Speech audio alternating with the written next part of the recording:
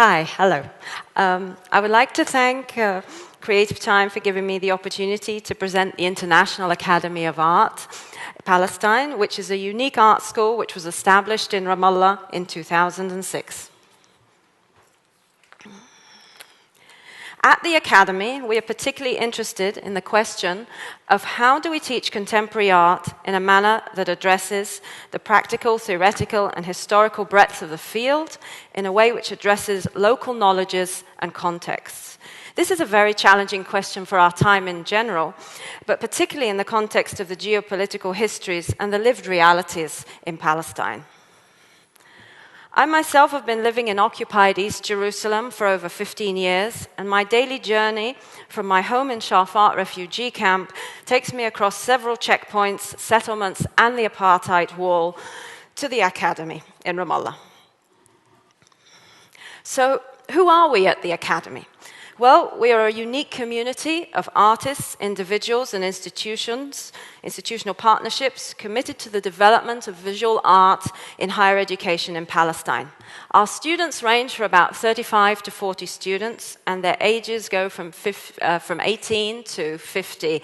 Many of them come to us already with first degrees, and they come from all over Palestine, from the refugee camps, from the villages, and from the cities. Our visiting lecturers are a wide spectrum of local and international artists. Alongside the students are the founders, a group of Palestinian artists and individuals who want to continue the legacy of the importance of visual art in exploring Palestinian experiences on a local and international platform. For this, the unique support of the Norwegian Ministry of Foreign Affairs from 2006 to the present day, and our accreditation of our BA program in Contemporary Visual Art from the Oslo National Academy of the Art, is a unique example of a partnership of equals and has been a real cornerstone in the development of this institution.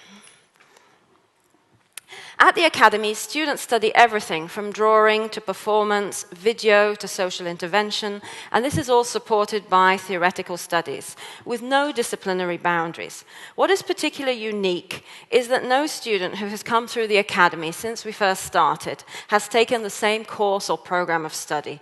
The curriculum is constantly transforming. And this makes for a very unique and continually evolving program of study that responds to artists' research and initiatives. For example, we're very privileged to have Emily Jesser teaching at the Academy. And for example, she taught courses on video art, but then saw the importance of addressing the question of what does it mean to be local in the Palestinian context. She brought in sociologists and lawyers and filmmakers, and the students even went to Amman, to Darat al-Fanun, to address this question. So there's a fluid relation with artists in a continually transformative form that responds to the need of the Academy's community. And here student feedback, as well as the feedback from the artists, is really key in how we form our curriculum. We have partnerships with numerous international institutions, specifically for the exchange of knowledge, in which the students and the educators move back and forth through the Academy, and which spirals out into relations and projects and collaborations far beyond the Academy. We also receive international students on exchange and welcome institutions to approach us to foster new partnerships. Exchange is really important for the learning environment because it always brings different perspectives from different locations and always raises lots of different questions. We're very privileged to have an overwhelming artist community contributing to our institution. And here, for example, we have Mona Hatoum at a workshop, and we have many, many different artists giving talks and seminars and workshops. What is really key is the visiting lecturer model. Our students are only 15 kilometers from Jerusalem, but they need special permits to go there if they can even reach, and they pretty much need a visa to get to anywhere in the world. So our whole aim in this context of such confinement is to counter the blockades through exposure, to bringing the artists to them. So we have this constant flow and movement of artists to the institution in relation to the confinement that we exist in. And we also work very hard to ensure that every student who comes to the academy gets the opportunity to have a study experience abroad through workshops, exchanges, and so forth. What is really critical for us is discussion and critique and individual mentoring. Here, for example, Beatrice Catasaro, who will be presenting tomorrow, is also one of our visiting lecturers who was involved in the question of what do we mean by research and art practice, and took this in many different forms with our students. We aim to provide a space where students can experiment, where they can fail, where they can be part of a creative community, and that they can make work about anything that they want to, in that broadest possible terms.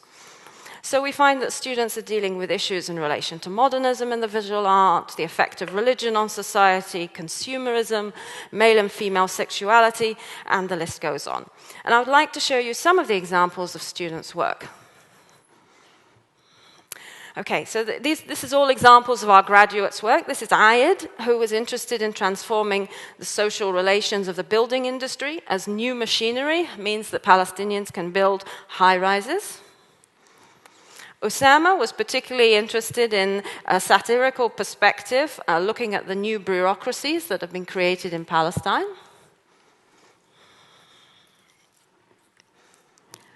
Noor Abid, in her piece about the Arab Spring, suspended a bike on the face of a lake in Norway, where she was cycling, but in fact was going nowhere. Omeya was particularly interested in the perceived identities in relation to national identity based on the passport emblems and created a whole series of masquerade masks. Mahdi was particularly interested in the stereotype of the Arab male and Palestinian male identity and explored this through photography, video, and performance. Bissan collected artifacts from demolished houses in Jerusalem and accompanying narratives and used the language of museums to display the objects. Sahar was particularly interested in the presence of absence in relation to the rural nostalgia. And Rana, recently graduated this year, explored questions of female sexuality and women's sexual experiences through painting, video, and participatory practice. Lama engaged in the questions of neoliberalism that are currently sweeping Ramallah, in particular ideas of the dream home and advertising and images of the nuclear family. We are very proud of our students who go on to receive scholarships to do MA study all over the world, and they participate in exhibitions internationally and locally as well as residencies. The learning experience is mutual and are shared by all of us at the Academy. This is what makes it particularly unique, and in which the curriculum is formed together. And we attempt to, in this way, imagine new realities in the context of such a complex place through creative practices. And we hope that we can create new futures in that way. Thank you.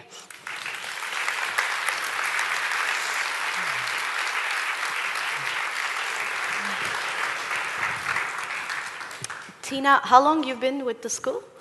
I've been to the school since 2007. So it's been a while. Yeah. Maybe I throw an American question at you. Like, what's the most personally challenging experience you've had during your time in the school? I think it's because we're a very small team. That's probably one of the most, that's very challenging. We've got a very small staff. The political reality, for sure, is a huge challenge there. But that also is an incredible stimulus for actually creating and sustaining this institution, because the transformation that takes place that you see with the students' lives who come in and what happens to them over the course of 4 years gives us all incredible impetus to keep going on this project. Okay. Thank you. Thank you.